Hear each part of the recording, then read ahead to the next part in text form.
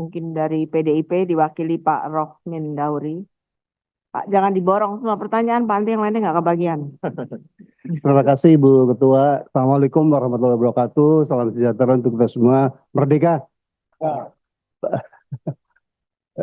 Pimpinan anggota DPR RI Komisi 4 yang sangat saya cintai dan Dirut Perum Bulog beserta jajaran ya.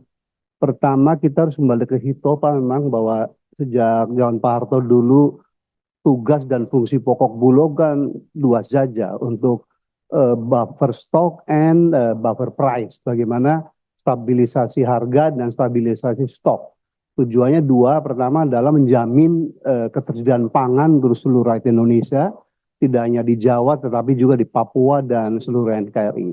Dan kedua yang tidak kalah penting dengan tema kekinian Presiden Prabowo, itu memastikan fungsi Bulog juga membantu seluruh petani dan produsen pangan yang masuk dalam tugas fungsi pokok Bulog adalah sejahtera, Pak.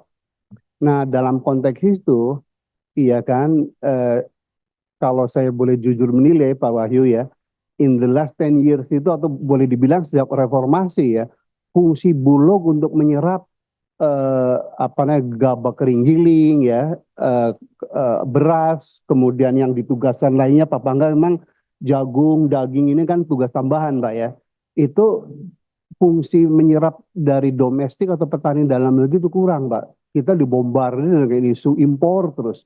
Jadi seolah-olah Bulog pun addicted atau kecanduan si impor. Nah kami di Komisi 4 ingin mendapatkan penjelasan dari Bapak Pak, sudah ada transformasi belum bahwa fungsi utama dari Bulog adalah sekali lagi buying atau purchasing, membeli produk komoditas pangan dari petani, peternak dan produsen pangan lainnya Pak. Kami ingin pemaparan itu. Karena kalau itu fail ya, buat saya nggak perlu ada Bulog Pak. Jadi fungsi mensejahterakan petani dan buffer price itu, dan apalagi tema Presiden Prabowo adalah swasembada pangan itu akan wassalam. Wassalam tuh nggak tercapai. Yang kedua ini Pak, kita kan sering dihadapi dilema ya. Kalau misalnya soal beras naik gitu ya, konsumen yang menjerit gitu ya. Sebaliknya kalau beras atau GKG itu turun, petani yang menjerit. Kenapa tidak meniru di negara maju Pak? Saya 5 tahun sekolah di Kanada, Pak Wahyu lebih tahu bahwa Kanada is one of the best country in terms of food management, itu double subsidi pada output Ibu Ketua. Iya kan? Jadi misalnya break even point untuk produksi beras itu misalnya Pak ya, 10.000. Nah, Bapak harus beli minimal 12.500 Pak, Pak Darsono gitu ya. Pak Darsono teman sekolah saya dulu nih. Nah, jadi minimal 25% Pak untuk proyek pertanian itu, mohon maaf di negara maju yang benar Pak ya.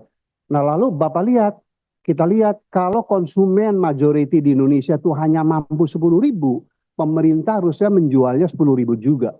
Jadi double subsidi itu gitu, petani tetap sejahtera, konsumennya tidak terbebani. Jadi meskipun pemerintah dalam hal ini mensubsidi 5.000 misalnya, tetapi ekonomi dalam negeri berputar Pak. Petani sehat, peternak sehat, dia beli sepatu, menyekolahkan anak baik, dan multiplier efeknya itu yang harus dilakukan kita ya tuh. Download Tribun X sekarang, menghadirkan lokal menjadi Indonesia.